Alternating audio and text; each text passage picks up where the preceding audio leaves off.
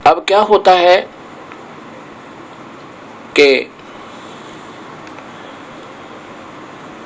मंदिर बनकर तैयार हो जाता है और कबीर साहब वो परमेश्वर अपने उस चबूतरे पर, चौरे पर जाकर बैठ जाते हैं और समुद्र की तरफ ऐसे कर लेते हैं और समुद्र अपना प्रतिशोध लेने के लिए उस मंदिर को तोड़ने के लिए समुद्र खड़ा होता है 40 फुट ऊंचा, जैसे साइक्लोन होता है, और ऐसे पहाड़ सा नजर आता है और ऐसे स्पीड से चल पड़ता है समुद्र उस मंदिर को, जगन्नाथ जी के मंदिर को तोड़ने के लिए। अब जब नजदीक आ जाता है 100 फुट दूरी पर, वो वहीं का वहीं वो जल जाम हो जाता है, ज्यों का त्यों स्थिर हो जाता है। जितनी ऊंचाई पर 40 फुट ऊंचा, आगे नहीं बढ़ पा रहा। अब समुद्र एक विपर रूप बनाकर, ब्राह्मण का रूप बनाकर बाहर आया और कबीर परमेश्वर जो बैठे थे अपने चौरा पर, चबूतरा पे, उसके सामने हाथ जोड़कर कहता, प्रभु मुझे रास्ता दे दो आगे जाने को। कबीर साहब ने पूछा, क्या करेगा तू, कहां जा रहा है? कि मैं इस मंदिर को तोड़ के आऊंगा। कबीर साहब ने कहा, क्यों भाई, क्यों तोड़ रहा मंदिर में? इसमें तो विद्वान पुरुष रहा करेंगे, इसमें गीता जी का ज्ञान होगा, प्रभु की व्याख्या की जाया करेगी, कलयुग में उद्धार होगा, जो यहाँ सत्य भक्ति प्रचार होगा, कोई वो ब्रह्म साधना बताने वाला कोई संत रहा करेगा, क्यों तोड़ रहा भाई तू? तब समुद्र ने कहा कि इसने, श्री कृष्ण ने, श्री राम रूप में ये विष्णु ने मेरे साथ बदतमीजी की थी जब लंका पर धावा बोलना था और मेरे ऊपर से पुल बांधा था। जबरदस्ती मेरे को तीर दिखाकर, अग्नि बाण दिखाकर मुझे शूद्र और नीच कहा था कि लातों के भूत बातों से नहीं मानते। लक्ष्मण मेरा अग्नि बाण दे, इस समुद्र को फूकूंगा। मुझे डराया था, मुझे धमकाया था, मुझे शूद्र कहा था और मैं इसका बदला लूंगा। मैं इसको अपनी छाती पर, अपने किनारे पर इसका मंदिर नहीं बनने दूंगा। और पहले भी मैंने कई बार तोड़ दिया इसका। कबीर साहब ने कहा कि नादान साधु और ऐसे नहीं करते, आप तो अच्छी आत्मा हो, ये तो अच्छा स्थान बन गया, यहाँ पर सत्संग हुआ करेगा, कोई मूर्ति पूजा नहीं होगी इसमें, और इसको बनने दे। समुद्र कहने लगा, नहीं प्रभु आप हट जाओ। कबीर साहब ने कहा कि जा, फिर नहीं मानता है तो जाओ। तब समुद्र ने कहा कि प्रभु आपकी समर्थता के सामने अब मेरे से टस से मस नहीं हुआ जा रहा, मैं आगे नहीं बढ़ पा रहा हूं, आप रास्ता दे दो। कबीर साहब ने कहा बिल्कुल नहीं। तो फिर कहा कि जी मेरे को इसका बदला दिलाओ, क्योंकि यहाँ पर बदला जरूर लेते हैं इंसान, ये हमारे अंदर एक और विशेष यहाँ की प्रेरणा रहती है। कबीर साहब ने कहा कि ऐसे कर, वो द्वारका तूने डबोत ली पहले, इसकी श्री कृष्ण की वो द्वारका तूने पहले भी तो खत्म कर दी थी।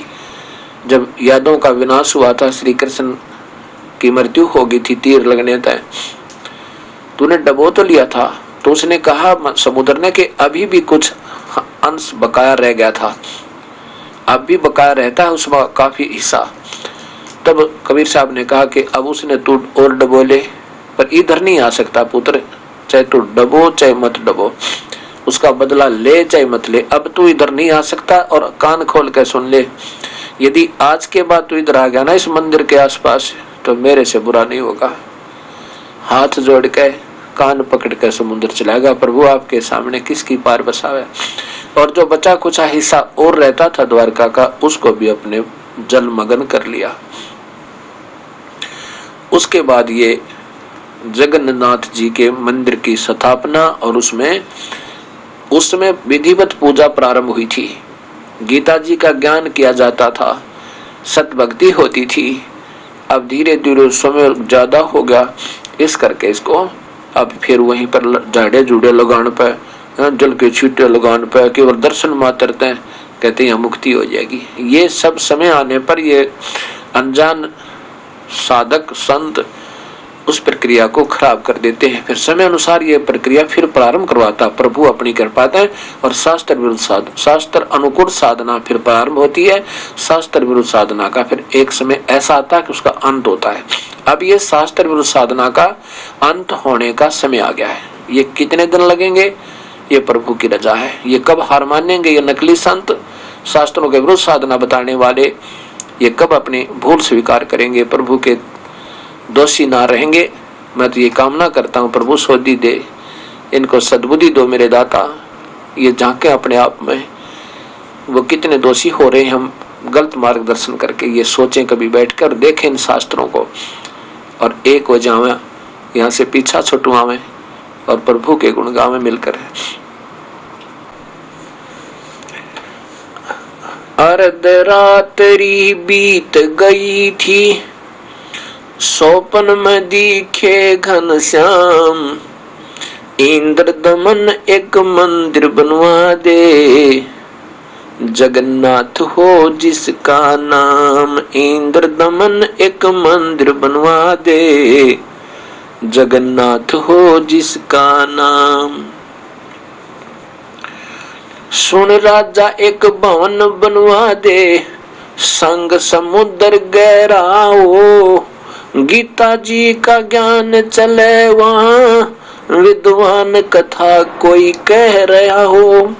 सुन राजा एक भवन बनवा दे, संग समुद्र गहरा हो, गीता जी का ज्ञान चले वहाँ, विद्वान कथा कोई कह रहा हो। ना मूर्ति ही ना पाखंड पूजा, वो सहज स्वभाव से रह रहा हो। योग युक्त की विधि बतावे, जिससे मन इंद्री पर पैरा हो। ना मूर्ति ही ना पाखंड पूजा, वो सहज स्वभाव से रह रहा हो। योग युक्त की विधि बतावे, जिससे मन इंद्री पे पैरा हो।